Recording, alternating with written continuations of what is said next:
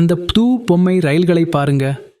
எனக்கு பிடிச்ச வாடிக்கையாளர்கள். உள்ளே வாங்க, உள்ளே வாங்க.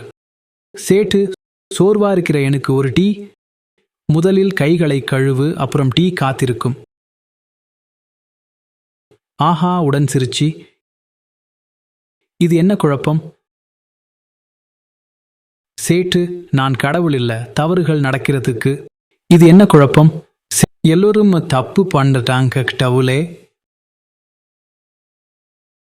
உடந்த டீ கப் பிரச்சனைக்கு சேட்டு, இந்த பணம்.